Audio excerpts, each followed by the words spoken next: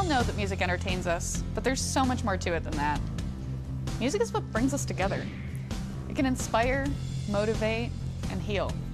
And just sometimes, a song can say everything when we can't. I'm so excited to bring you these wonderful tunes and artist stories. I'm Stacy Newman, and this is More Than the Music.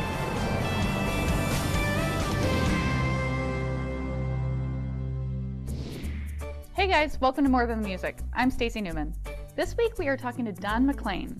Not only is he a member of multiple halls of fame, but he's also been canonized in the Library of Congress. Not a lot of musicians can say that. We all know American Pie. It's something of a cultural phenomenon, and it has been since it was released in 1971. He's got a new album out called Botanical Gardens. I get to sit down and talk with him about that at Alley Taps in Nashville. Let's take a look. Hey guys, we are at Alley Taps in Nashville, Tennessee, and we are talking to legendary Don McLean. Thank you so much for being here. Thank you. Pleasure to be here. Obviously, you know, everybody wants to ask you about American Pie. I'm going to try not to do that. Okay. What I want to know, what is your favorite song in your collection of songs? Well, of all the records I've made, one of my favorite records that I've made to listen to is my version of Since I Don't Have You, which I did not write. I consider that and Crying to be two of the best records I ever made. I didn't write those songs. As far as records that I've made, I don't listen to my records, but Castles in the Air, the one we did with Larry Butler here in Nashville, I like listening to that. When you first were starting out, I mean, you've been in the industry for so long. How much has your songwriting process changed over the years? Well, people ask me that question. I really don't have a process. I've never had a job. So I've always made a living with my guitar, and I still played 5-string banjo also. I found a way to somehow make a living with that and my wits and my brains, such as they are. And so the process of writing songs really was something that never occurred to me. I wanted to be a good singer, you know, and a good performer, and I sang other people's songs, all kinds of songs, you know. I know thousands of songs. But one day I realized that there was nothing that truly fit me. It's like an article of clothing. You know, I could wear other clothing that I bought off the rack, which would be like a song that I would sing, you know, and make it fit me. Or I could have something made. So I started to want to have things that were custom made, if you will, to my notions, my ideas, my view of the world, my style.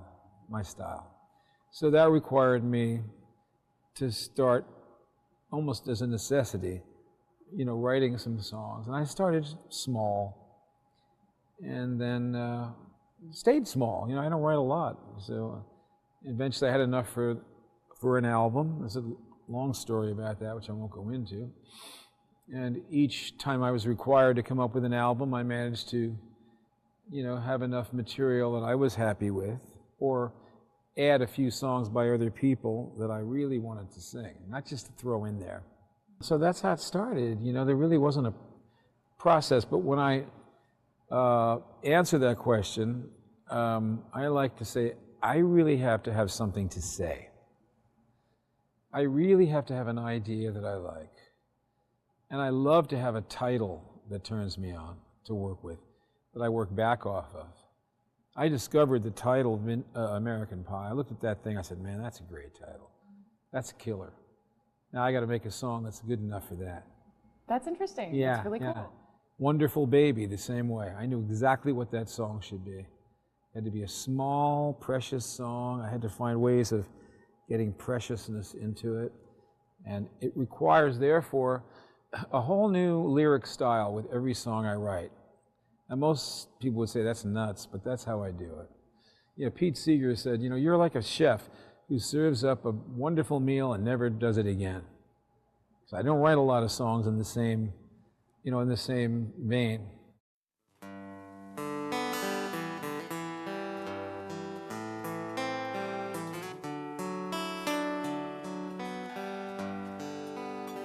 Starry, starry night.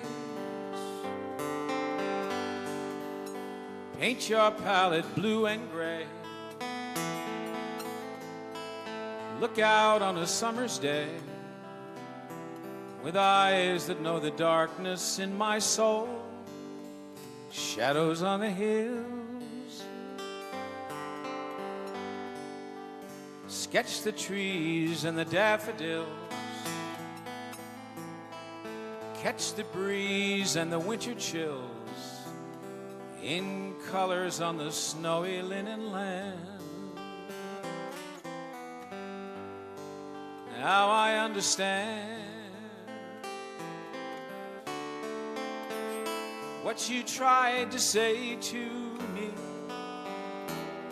and how you suffered for your sanity, and how you tried to set them free. They would not listen, they did not know how. Perhaps they'll listen now. Starry, starry night. Flaming flowers that brightly blaze. Swirling clouds in violet haze reflect in Vincent's eyes of china blue. Colors changing hue. Morning fields of amber grain. Weathered faces lined in pain are soothed beneath the artist's loving hand. Now I understand what you tried to say to me, and how you suffered for your sanity, and how you tried to set them free. They would not listen, they did not know how. Perhaps they'll listen now, for they could not love you. Still your love was true. And when no hope was left in sight on that starry, starry night, you took your life as lovers often do. But I could have told you, Vincent, this world was never meant for one as beautiful as you. Starry, starry night.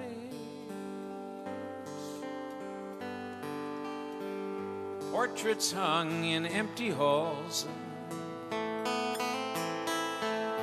frameless heads on nameless walls, with eyes that watch the world and can't forget, like the strangers that you've met. The ragged men in ragged clothes, a silver thorn, a bloody rose, lie crushed and broken on the virgin snow. Now I think I know what you tried to say to me,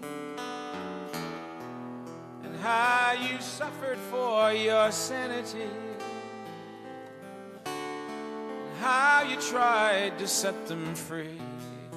They would not listen, they're not listening still. Perhaps they never will.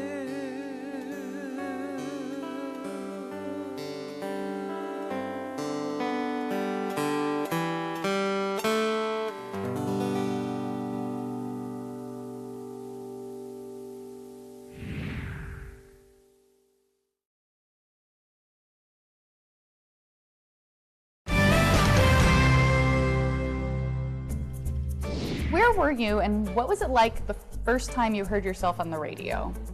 Well, I don't know the first time, but I can tell you one time when Tapestry, the first album I made, had just come out. I was a bit of a sensation on what we used to call underground radio, which was FM. Yeah, in those days, 1970, you had top 40 radio, and then you had underground radio, which was, you know, the guys would, and here's something you're gonna really like now, you know, they would talk like that, you know. And here's a side by so-and-so, you know. The other guys were, yeah, the top 40, and they were Dan Ingram and all the guys in Dan Daniels, all these great DJs that we had in New York, basically on ABC, ABC radio. And the underground guys were on, you know, low wattage stations on FM all across the country. They'd play a whole side of an album. So I had done promotion for this Tapestry record, and I got very sick. And I went home to my mother's house in New Rochelle in 1970, and I collapsed. And before I went into this I got 105 temperature or something. It was really pretty bad. They played the whole side of the Tapestry album on the station, the underground station. Call letters, I forget. But I called my mother. I said, look what they're doing. They're playing this whole thing. That was a big deal. Make you feel better? No, I was sick for 3 or 4 days. Oh, man. Oh, good. but it made me feel happy, you know, because it was a struggle to get that out, a big struggle. Yeah, I can only imagine how promotion must have worked so much differently back then. Especially when it's not something you really are interested in, you know? I think interviews are very important. And I did always think they were important. But meeting a station manager or promotion director is not all that important to me. But it is important. And you have to learn how to do that. But I never was very good at that.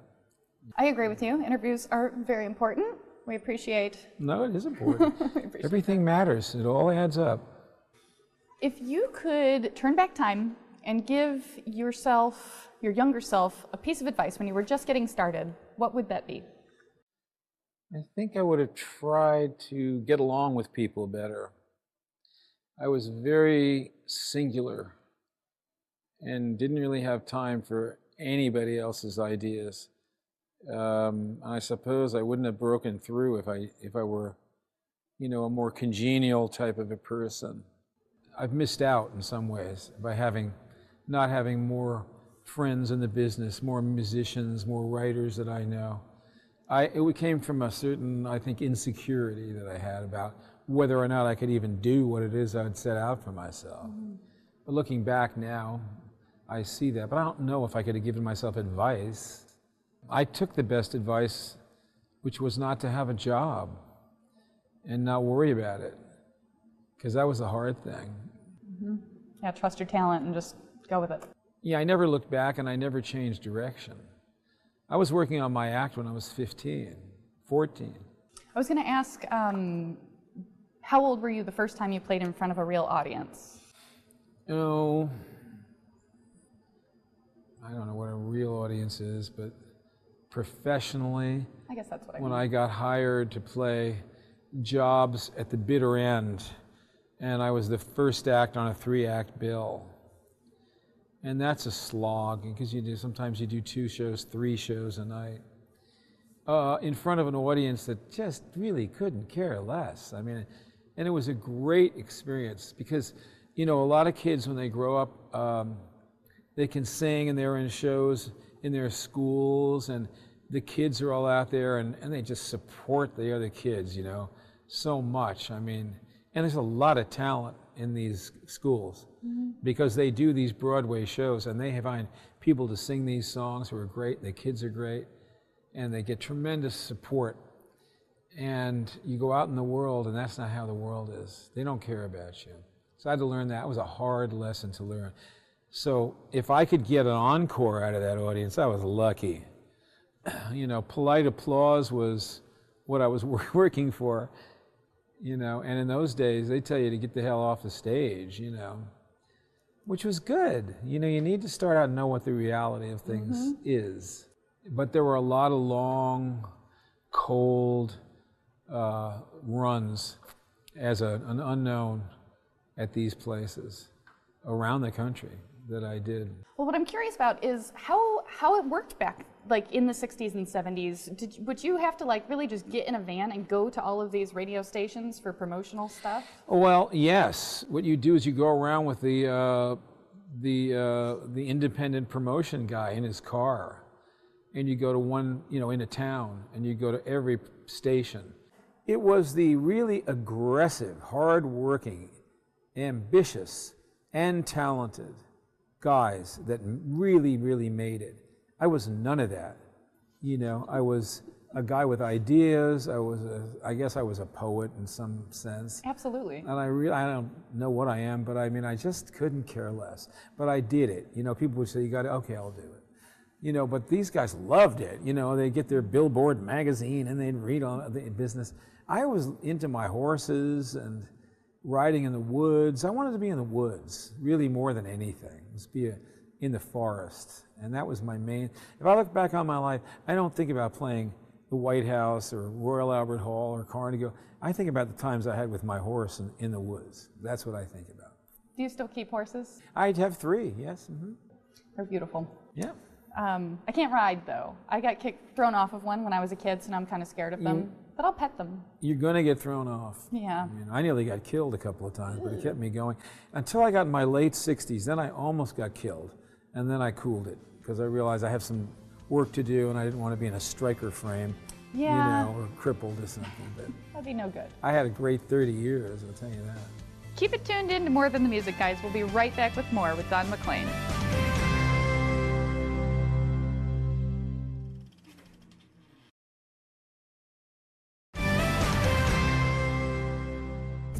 Hey guys, welcome back to More Than the Music. I'm Stacy Newman. We're talking to Don McLean today at Alley Taps in Nashville. Let's get back to the interview. Is there anything that you are currently listening to that might surprise your fans? No. I don't think so. Pretty much everything I ever cared about musically, I was finished with by 1970. I stopped listening to Bob Dylan. The Beatles had ended. I was in my own world.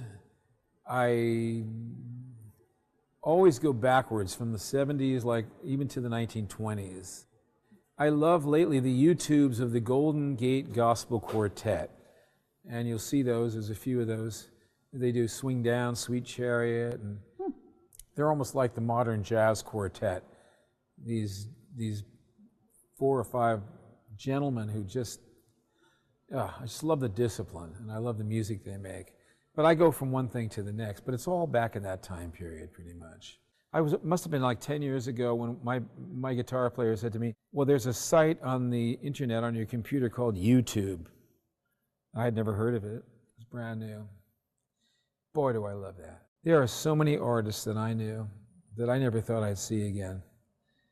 And people that I worked with, and I can watch them and watch them play. And they're as good as I thought they were, or even better. Do you have an all-time favorite record? Geez, the first record that comes to my mind is Satisfaction, which I think should be #1 on that list of great songs from the 20th century. The genius of that song is that they break the tension. Hey, hey, hey, what I say, I can't get no, and it comes into that other thing. The relief from breaking that tension is so incredible. And the other thing is the song itself. Nobody gets any satisfaction.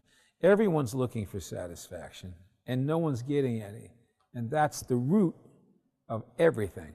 So I just think it's a brilliant, brilliant song, and I love the record. I've always loved the record, and I love the Rolling Stones too, but that record in particular. So I guess that answers my question, Beatles or Stones? Well, the Beatles influenced me in a very profound way, because the difference in the various songs. I came out of my own world, and then of course I got into folk music, and there's so many different kinds of songs in folk music. Work songs and children's songs and protest songs, and which were not simply Woody Guthrie. Way before Woody Guthrie was alive, people were using folk music to complain about stuff. Love songs, story songs, they're all in there. Beautiful melodies. And pop songs, and then The Beatles came along and had that diversity because there is an English folk component to the mindset of the boys in the group. They're very, very Englishly musical, which involves madrigals and folk music, and they took our rock and roll, and used it brilliantly. Before that, it was primarily ballads, and believe you me, I mean, John Lennon and Paul McCartney know all that stuff. So you have a new album that is going to be out? Yes, it's an album called Botanical Gardens. I'll tell you, the title song is about a man, older man, yearning for his youth, maybe, and the past, dreaming, leaves the city and goes through these iron gates into this botanical garden. And there are all these beautiful girls and beautiful flowers and colorful birds. And as he walks around, he fantasizes about young love and starting his life over. And then the time comes for the sun to go down, and he has to decide, do I want to go back to the world or do I want to stay here? And that's how it ends. And then all the album flows out from that, basically. And it's going to come out on BMG Records. And they're putting a lot of money behind it, which is very unusual for me, or for anybody, because record labels now are getting you to pay them. Is there someone that you've worked with over the years that was just your favorite person to work with? Pete Seeger was fun to work with. He was my good friend for a long time. When I started moving off into different forms of music, he kind of went in different directions, but not for any particular reason, but just the people in that particular musical style were very political, and they were very rigid in a way, but not him, about, well, why are you doing that? I don't want to answer your questions. I got to do what I got to do. But he was fun because he made the most amazing performances, and then he'd make the biggest mistakes I ever saw in my life. Huge. And it didn't matter. And that freed me up to realize that, you don't have to be perfect, You don't have to be perfect. Yeah, sometimes it adds to the beauty of the music. Make when mistakes. It's not. Yeah. Sometimes my friend, Lee Hayes, who used to sing in the Weaver, said, I love mistakes. That's when things happen, when you make mistakes. Well, Don, thank you so much for talking to us. My pleasure. Yeah, it's been lovely. Thank you. Thanks so much for joining us this week, guys. I hope you enjoyed watching our interview with Don McLean. We'll be back next week talking to the Oak Ridge Boys. See you then.